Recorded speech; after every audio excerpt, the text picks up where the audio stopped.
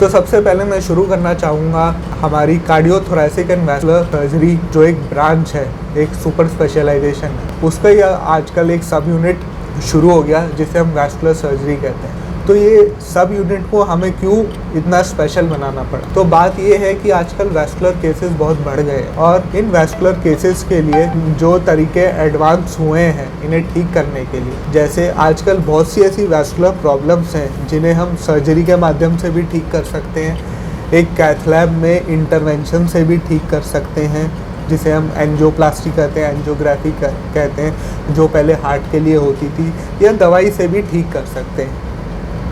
तो क्या है ये वैस्कुलर प्रॉब्लम्स जिनके लिए ये स्पेशल सब यूनिट बनाई गई?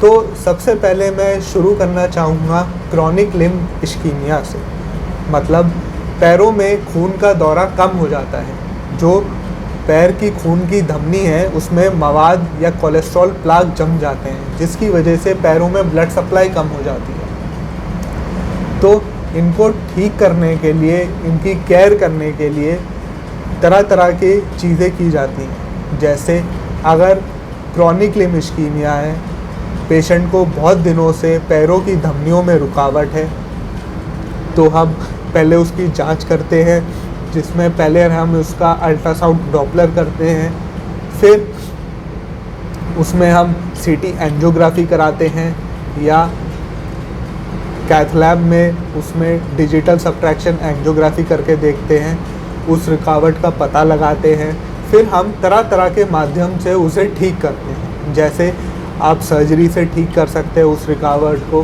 कैसे?